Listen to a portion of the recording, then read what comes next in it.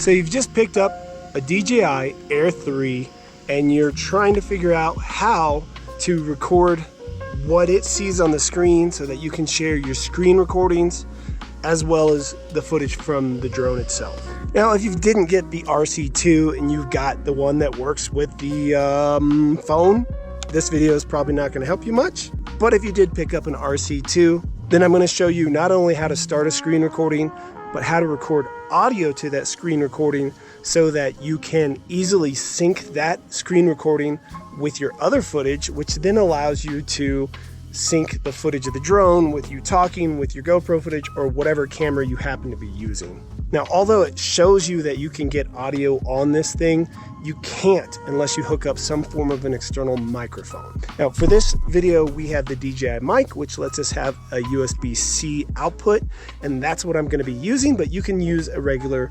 microphone, lavalier, with a USB-C output directly into here. Top that off on your shirt and you're good to go. So with a DJI mic, you basically have your receiver and your 2 units. And you're going to hook that up right to the back of your receiver. You're going to use the microphone itself, take the little magnet off. We're going to keep it on the outside just so you can see it, and pop that just somewhere on your shirt so you're getting a nice audio signal. Then it's just as simple as hooking your receiver into your remote. And right at the bottom of the remote, you'll see a USB-C input. Just go ahead and slide that in there, and that's it. So now you have your receiver hooked up. As soon as you're screen recording, your audio is going to sync to that, which then lets you sync it in something like Final Cut Pro or Premiere or whatever editing software you use. Now, to actually start the screen record, it's just as easy. You pull down twice, which gives you all these options, and you hit screen record. That's going to pull up and let you see this little recording thing, which you can then grab and move somewhere so it's out of your way. Now again, it's a double pull, and right there you can see the screen record, and you can see it's recording screen and audio right there. So now it's recording my audio and recording the screen. To stop it, you just hit the stop right there, and it's that easy. So when we start flying, we hit record and we take off with the drone. It's really easy to put it together. And for just an example, we're gonna fly right up here to this little guy here. This is an old mining facility, Pennsylvania Mine. I'm gonna go ahead and capture that as a sort of an active track spotlight mode. And now anywhere I go, it keeps that in full frame, no matter what I do. Or in theory, it's supposed to. And it's doing a pretty damn good job. Hopefully my obstacle avoidance is on. I forgot to check. Should be. Let's just double check. We click the 3 dots. We have bypass was not on. So let's put bypass on because of the way I'm flying. I find we get a smoother flight in brake mode than in bypass mode. But for using something like return to home, bypass is what you're going to want to use. So now that we know that that is on, we're going to pick that back up. And I'm going to actually go ahead and knock it down to -1, and that looks so much better. And same thing, we'll just fly around it. You see, it just keeps it right in frame.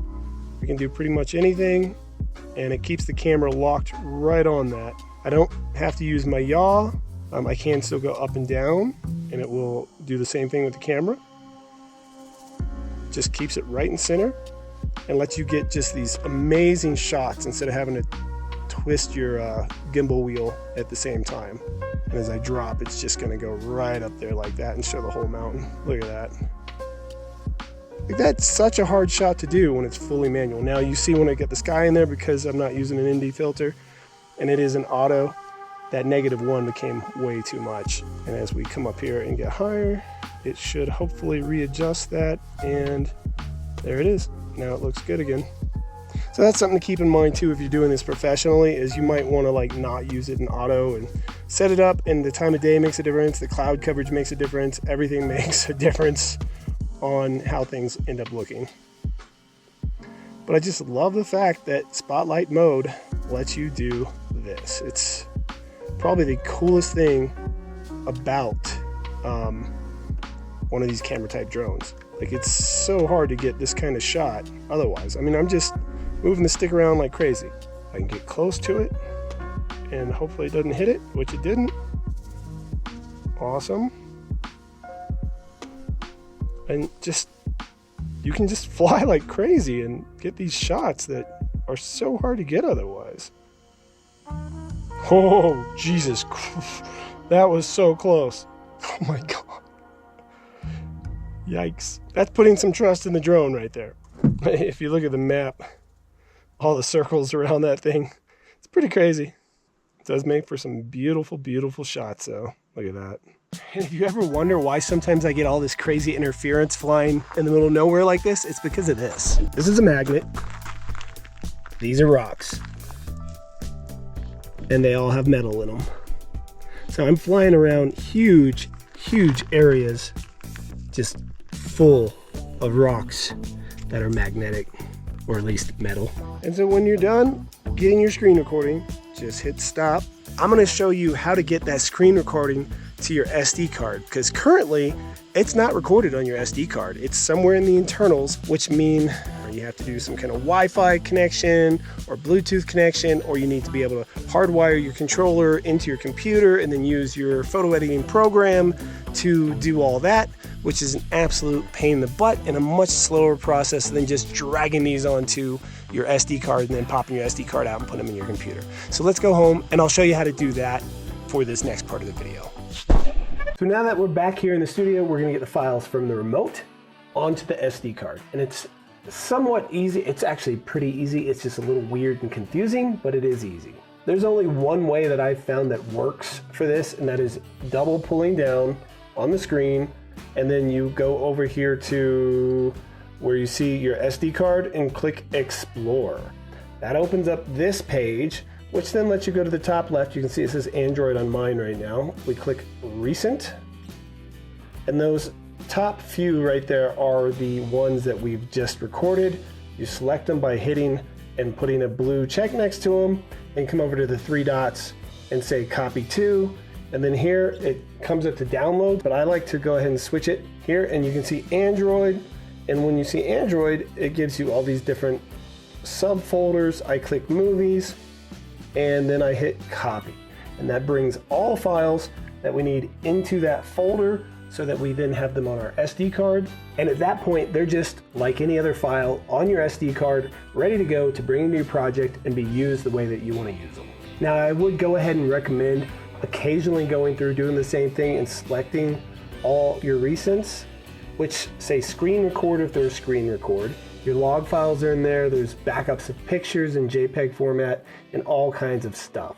Now, if you double pull down and you go to the top gear in the right and you open that up, you can go under storage and you can see that I'm using a huge amount of storage, but if we go down to my SD card, there's nothing on it.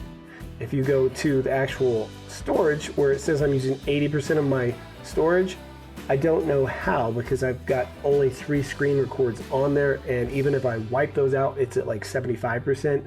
So I don't know what exactly is being used, because system is at like 9 gigabytes and photos and videos are only at not even a gigabyte. So I don't know if there's a bunch of files in there that it doesn't let you delete. This remote is completely packed full of software. Most of it is filled when you get it.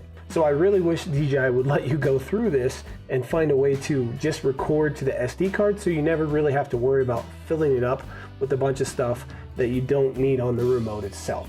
So if anyone from DJI watches this, please just make it so that we can select to save to the SD card, and that's it. So hopefully this short little video helped you out. You figured out now how to record audio so that you can now sync it, as well as screen record, as well as get your screen recordings onto your SD card so you can use the files as normal. If it did help you out, you know what to do. Hit the thumbs up button, leave a comment below and all that stuff, because that helps this video get seen by more people who might be having this same issue. My name is WorldofOzz, and this is the World of Oz, where I not only help you with drones, GoPros, 360 cameras, but I bring you with me on my adventures here in the mountains, living my action life through the lens. Thank you again for watching, and I'll see you in the next one.